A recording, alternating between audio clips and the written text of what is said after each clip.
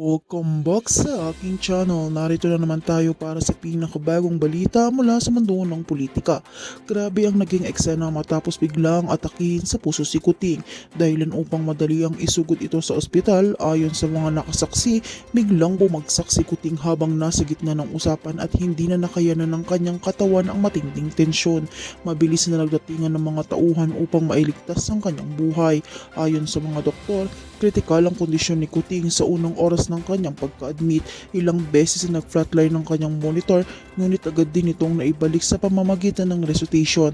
Ang tensyong at kaba ng lahat ay ramdam na ramdam sa loob ng emergency room, lalo na't hindi malaman kung kakayanin pa nito ang mga susunod na oras.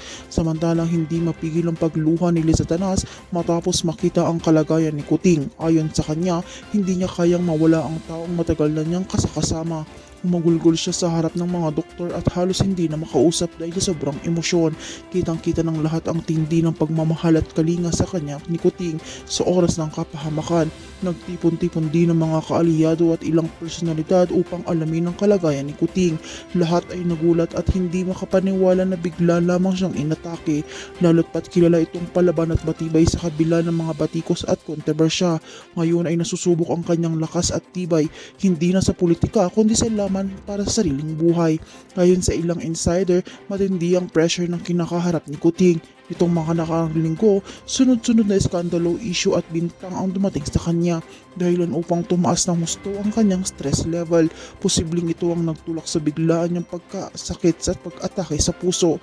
Habang nakakonfine, mahigpit ang pagbabantay ng mga doktor at hindi pinapayagan ng sinumang makalapit bukod sa kanyang pamilya. Maaring ipinahayag na ospital na patuloy nilang gagawin ang lahat upang maisalba si Kuting, subalit nasa critical pa rin ang kanyang kondisyon. Sa huli na nanatiling tanong ng bayan, malalampasan pa kaya ni Kuting ang pinakamatinding laman ng kanyang buhay? Habang humahagulgol sa Satanas at patuloy na nagdarasal ang kanyang mga kaalyado, nakakabitin pa rin sa ere ang kinabukasan ng taong naging sentro ng maraming kontrobersya. Lahat ngayon ay nakaabang sa susunod na balita mula sa ospital, kaya manatili kayong nakatutok dito sa akin channel sa bawat pag-ikot ng kaganapan. Kami ang iyong magiging sandigan sa walang kinikilingang impormasyon. Huwag kalimutan i-like, i-share at i-subscribe para lagi kayong updated sa mainit na balita mula sa mundo ng politika.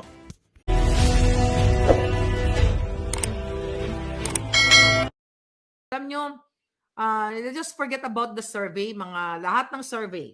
Okay? Kasi most of them are bayad survey. Okay?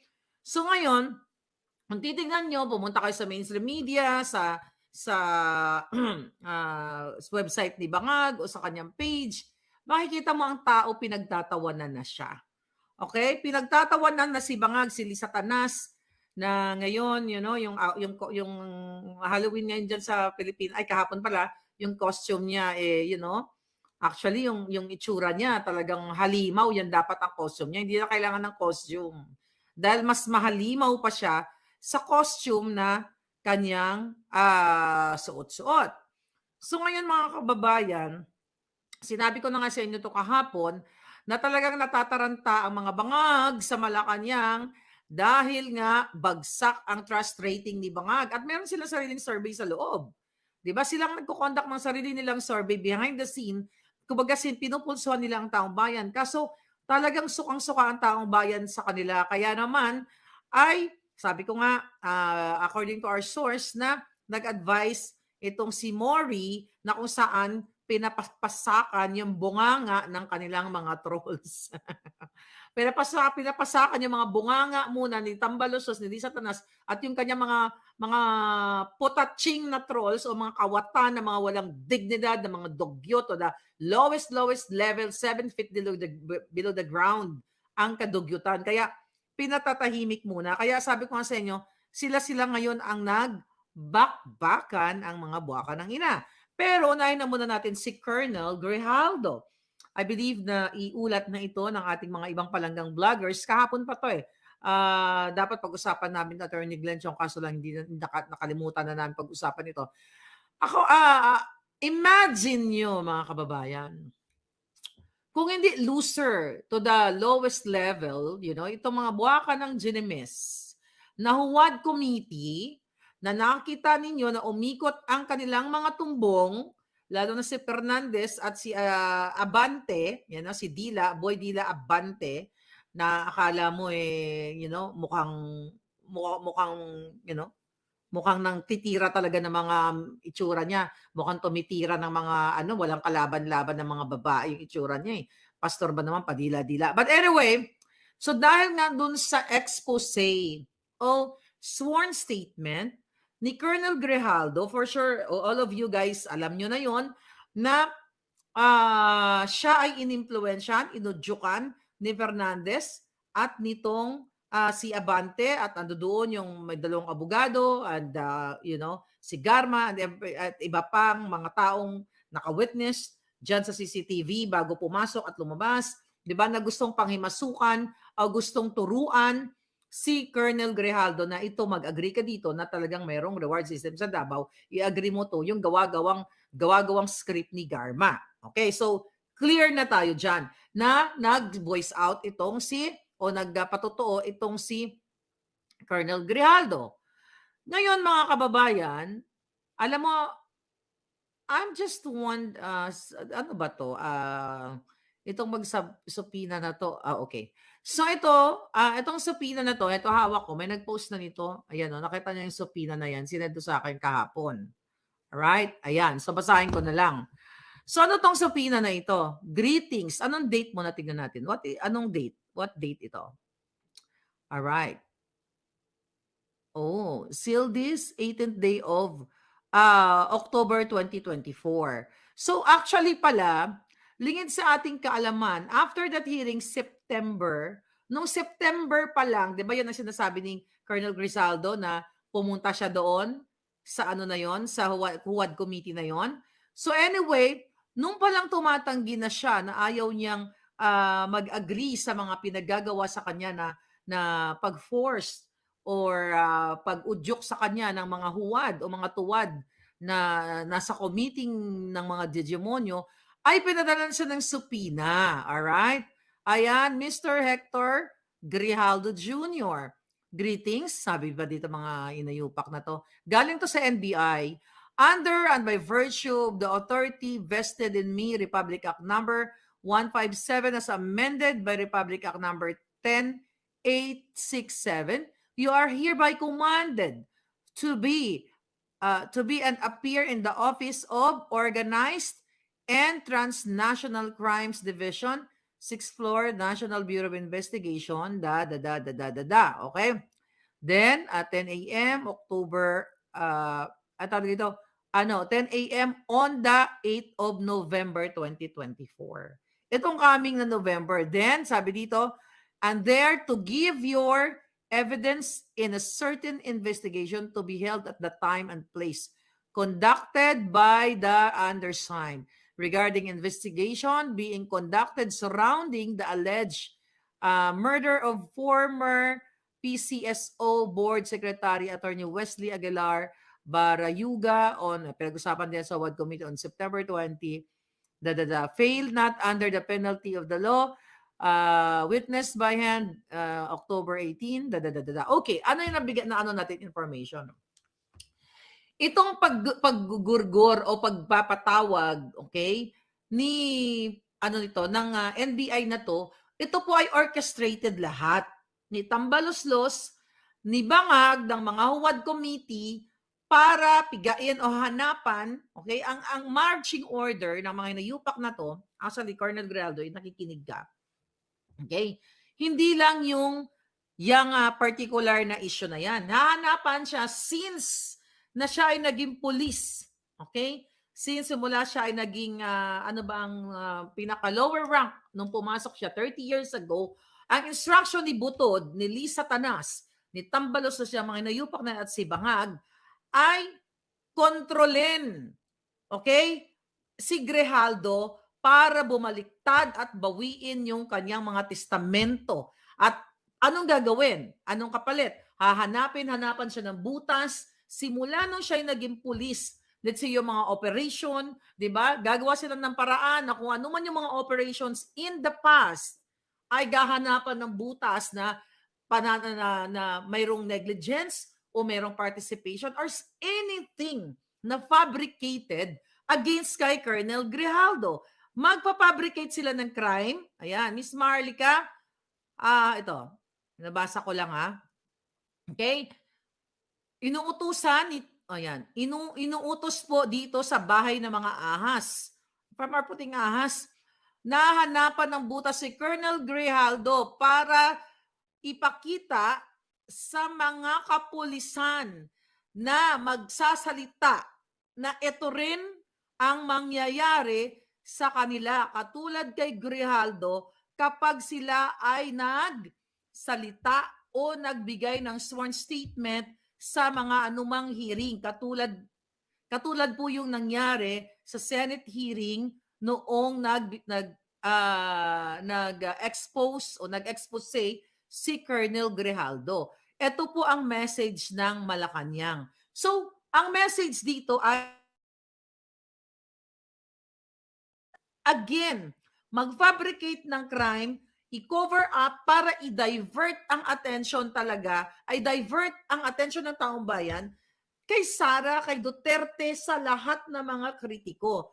Ulitin natin, ang fabricated crime, si Lisa Tanas po ang magaling dyan. She's good at that. Diba? Narinig nyo yung Halloween niyang video. Si Lisa Tanas, magaling mag-fabricate ng crime, which is ginawa nila kay distressed mother na pinakidnap ang 2 anak sa Turkey. Kaya ngayon, Colonel Grijaldo, humanda-handa ka na. At yung mga kasamahan mo, dahil lahat ng aayon sa mga Duterte with regards dun sa war on drugs, kahit na totoo ang inyong sasabihin, nakitang-kita nyo naman, inamin naman ni Fernandez at ni D-Boy Dila na talagang pinatawag nila at kinausap nila si Colonel Grijaldo. By the way, so ang target nila, ayan ma'am, grabe na talaga dito, talamak na po, nakakaawa din yung ating mga pulis. Sabi yun, nakakaawa din po yung ating mga pulis na matitino. Sabi ganon. Mayroon nga po dito PSG na, sabi niya, ma'am, mayroon nga po itong isang PSG na nagsabi na kilala niya si Sir Grijaldo. Napaka-maayos po yan na pulis. Ayun.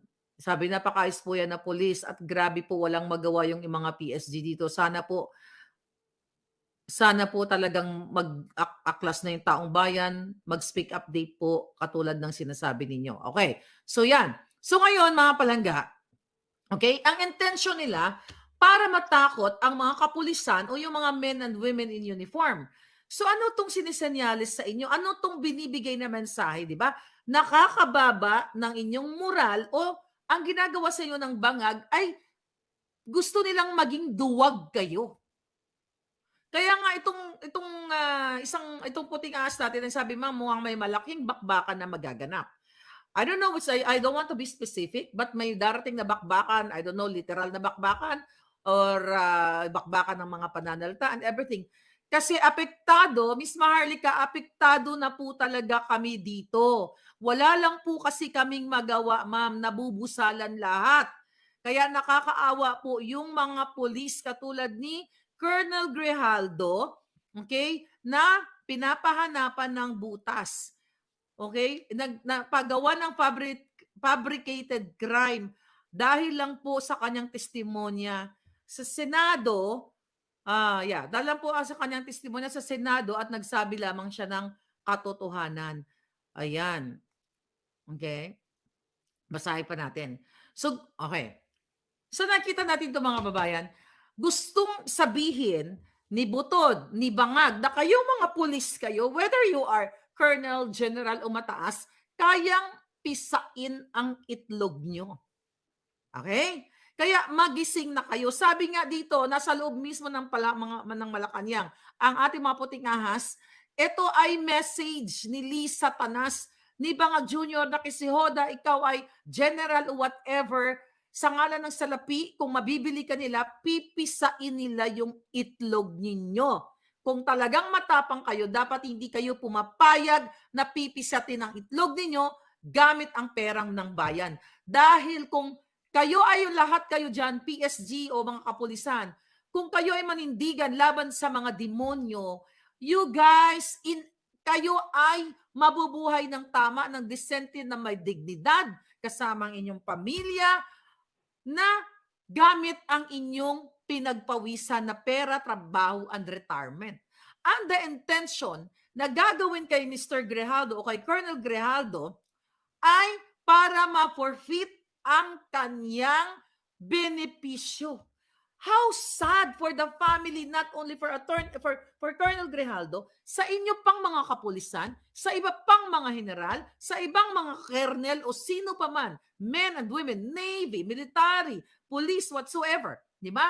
Na basta-basta na lang kayong tatakuti na mga putang inang bangag na ito ni Lisa Tanas na yung si Bangag Jr. ay authenticated addictus benedictus. Pababayaan nyo na lang bang mapababa ang inyong mga moral katulad na lamang niyang kay Colonel Grijaldo at iba pang mga kapulisan? Alam nyo, lahat ng nandiyan ngayon sa gobyerno ni Bangag na mas may binigyan kayo ng dignidad ni Duterte. Pero ngayon, anong ginagawa sa inyo? Hindi ba kayo nahiya? 15 trillion ang ating utang now ng Pilipino. Di ba? Ngayon, sa panahon ni Bangag, ilang infrastructure projects ang pinatayo sa inyo. Kayo kasama dito, mga kapulisan. Lahat kayo, kahit lahat kayong Pilipino, but I'm just talking to you, uniform personnel. Di ba? Yang baha na yan, yung dilubyo na yan. Tapos ngayon, pabababain ni Lisa Tanas, ni Bangag ang inyong mga moral, gamit sa laksakan kayo ng pera para hindi na kayo magsalita ng katotohanan. Remember, anong sabi ni Abante? Oh, may 4 na taon ka pa pala, o pwede ka pa maging general. Di ba? Pinag-usapan namin ni Attorney Glenchong yan. So it's like telling him na sumunod ka na sa gusto namin. O pwede ka mang general kapag umayon ka sa aming kasinungalingan. Na ipin down, na idiin si Pangulong Duterte. Okay? Ipin down ng ipin down. Kaya nga, di ba, kahit anong pin down, mga kababayan, ang ginagawa, kahit anong cover up, ang ginagawa ng gobyerno, napipin down ba ang mga Duterte? Hindi. Kaya sabi ko nga sa inyo, di ba, Attorney Glenchong, kasama ko kagabi, pinag-usapan namin yan, na pag sinabi ni Pangulong Duterte na siya ay gumurgur, di ba sinasabi ni Duterte, ulihin nyo na ako, parang ang tagal na akong gumugurdur ng tao. Di ba, may mga ganong eksena si Pangulong Duterte. Sinabi nga ni Attorney Glenchong dyan na sa korte, hindi po pwede nagsabi ka lang, pumatay ka ng 1,000,000, 100,000, makukonvict ka na. Diba? Kailangan nasaan yung ginorgor mo. And hindi pwedeng si Dilima at si Ontiveros ang magrereklamo niyan palangga. Ang dapat nagrereklamo niyan ang biktima. And even, ngayon, di ba, mayroong binalita ang Net25. Net25, di ba, INC yan. Binalita nila na nakita sa CCTV si Trillanes na nandoon sa opisina ng mga chairman ng mga committee, mga kababayan, doon sa Huwadcom. I believe ipapakita ng Net25 ang kanilang video, yung kanilang mga pasabog, maybe later or tomorrow. Pero nabanggit nila, I don't think magsasalta ang mga host doon kung wala silang pinanghawan. Ang sinabi nila doon, na namataan si Trillanes na pakalat-kalat at hindi lang pakalat-kalat, nasa opisina ng Huwad Committee Chair, person and chairman. Okay, babalikan ko lang yung sinabi ko sa inyo. Ito, from the Puting Ahas. Oops. I told you November, okay, I think November 18. Right. November 18, naalala nyo ating pasabog. November 18, 2023, ang title ng ating vlog, Oplan, Eliminate the Enemies. Okay? Anong sinabi dito ng ating Puting Ahas? Ipinatutupad na ng Malacanang ang Oplan, Eliminate the Enemies, kung saan ang mga pangunahing layunin ay makontrol ng lahat ng sangay na gobyerno at manatili sa pwesto ang pamilyang Marcos 2022-2028 to 2028, Tambalos Los Romualdez 2028-2024, at Charis 2034 to 2040. Even before this Puting Ahas, sinabi ko na yan sa inyo first quarter of the year. Ngayon, ano ang kanilang sequence? November 18 to. This is prior to that yung pagkalas ni Inday sa pag-resign niya sa Department of Education. Pero titignan ninyo kung kailan nagkamali ang ating mga informante. Ang sabi dito, November 18, gibain si Vice President Inday Sara gamit ang confidential fund issue. Nagkamali. Sabi niya dito, ano ba ang katotohanan? Meron bang pagkakamali si VP Sara? Wala. Okay? Marami na nagpaliwanag na hinaharap na ng Office of the Vice President yung mga gawa-gawang reklamo sa kanila laban ng mga makakaliwang grupo. Sinasagot nila sa Korte Suprema. Walang maipakita na ang opisina ni Inday Sara ay naglustay ng 125 million sa narrative na gustong ipakalat ni Lisa Tanas, ni Bangag, ni Tambalusos para sirain si Inday Sara at ang mga Duterte para kamuhian sila ng taong bayan. Failed. Okay? Bakit?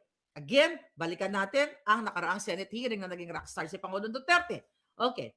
Now, continue natin to noong November 18. Ang sabi ng ating panangas, nag-request lang naman si Inday sa Office of the President kung maaari siyang mabigyan ng pondo na gagamitin bilang confidential fund. Pumayag at nagbigay ng pahintulot si Bangag at nagbigay ng direktiba na hanapan ng bondo at bigyang daan ang request ni Inday Sara. Sino tong puting ahas natin dito? Nasa Malacanang to, kaya alam niya yung mga pangyayari, sinishare sa inyo. So malinaw na ang source of funding ay ang Office of the President na siya rin ang nag-approve ng request na maaari namang i-deny o i-disapprove kung merong batas na malabag kung ito ay unconstitutional. Ulitin natin, ang nagbigay ng confidential fund kay Inday Sara na yan ang gustong tirahin nila ay si Bangag. Siya ang nag-approve. So yun ay ginamit nila kay Inday Sara, patuloy na ibabagsak. Pero hindi nga sila nagwagi, di ba? Nag-backfire nga sa kanila lahat. So you know that already. Okay, ano yung operation nila? Okay? Sabi pa nga dito, si Sara lang ang pinapalabas na meron umanong paglabag sa batas. Subalit ang katotohanan, nagmula ang pahintulot at pagbibigay ng pondo mula kay Bangag na bilang Pangulo ay siya ring #1 enforcer of all laws of the land. Sabi nga dito ni Palangga, ngayon kung ito ay unconstitutional, si Bangag ang dapat managot at ma-impeach dahil siya ang nag-aproba at nagbigay ng pondo kay Sara. Right? Si Bangag, singot, Diputang Marcos ang nagbigay ng pondo kay Sara. Pero bakit si Inday Sara ang dinidiin nila since nung last year? Kasi nga, plan, di ba? Eliminate enemies. Now, tuloy natin. Okay? Sabi nga dito ng ating Palangga, ang abogado to si Palangga, sabi niya, ignorance of the law excuses no one from compliance therewith, not even when you are the president. Maliban na lamang kung nas-set up si Inday Sara ni Bangag at pinainan ng kaso tulad ng inaakusa kay Sara ngayon. Ito, November pa. So nakita nyo, alangan naman itong nagsulat ito ay meron siyang bolang kristal. Walang nakakakita ng future, pero kapag narinig mo pag nasa loob ka mismo sa Malacanang at narinig mo ang plano ni Bangag para ipatumba ang mga Duterte at mga kritiko, hindi bolang kristal yun, factual yun mga kababayan. And now, ang sabi dito, patahimikin si Digong. Okay? Gagamitin. Ito, listen, kasi dito yung pangalan ni Trillanes. Remember? Nag-ulat ang Net25 few hours ago, o one day ago, tignan nyo dyan sa kanilang website, blog, ay sa YouTube, na si Trillanes ay paikot-ikot at nasa opisina ng mga chair ng committee ng Huwad Committee na yon. So sabi dito, November of 2023, gagamitin ni Bangag at Tambaluslos si Bonjing Rimulya para gumulong ang request ng ICC na makapag-imbestiga sa umano ay paggugurgur sa karamihan or genocide niyo na naganap noong panahon ni PRRD bunsod ng war on drugs. Okay, sa pamamagitan nito, sila ay umaasa na tatahimik at magwawalang kibo si PRRD sa lahat ng korupsyon, anomalya at kalabisang ginagawa ng Marcos Lisa Tambalos administration. So ginagawa nila to, yun yung playbook nila. Para matakot tayo, para ginagawa nila sa akin, sa inyo, na magpapabricate ng crime, kakasuhan and everything. Pero hindi tayo nagpapakabog sa kanila dahil ang alindog natin, hanggang sa huling hininga lalaban sa kaputahan ni Lisa Tanas. 'Di ba? Yang buwaka ng inang kidnapper na yan, hindi yan magwawagi. At kayo dapat ay kumilos. Yang halimaw na yan, halimaw, kidnapper, snatcher, lahat na, nang-snatch ng bata, nang-hidnap ng bata, dapat nyo nang wakasan. Pero kung kayong men and women in uniform na patuloy talagang nagpapasungal-ngal ng kakarampot na barya at pinipiga ni Lisa Tanas na butod yung mga itlog ninyo, again, that is your choice. But back in 2023, eto na yung sinabi ko sa inyo. Bahagi ng playbook ng drama ni Bangag, ni Tambaluslos, ang pagpapalaya kay Dilima. November to, paglaya ni Dilima upang gamitin bilang tagausig ni PRRD, katuwang si Trillanes, na ngayon ay diretsyong nakikipag-ugnayan kay Bangag sa Malacanang at gagawin pa ngang advisor to the president or special envoy. Pero ito, hindi pa nangyayari to. Oh, we don't know. Maybe backdoor, behind the scene, hindi natin alam. Katulad ng ginagawa ni Bangag kay Michael Mann na ginawang special envoy, pero hindi niya in-announce. Walang public document, any document, walang media reports na ginawa niyang special envoy si Michael Ma. So, posible baka si Trillanes is special envoy without papers, kundi backdoor. You know? So, itong eksena to, November 23. Okay? Bahagi rin si Franz Castro sa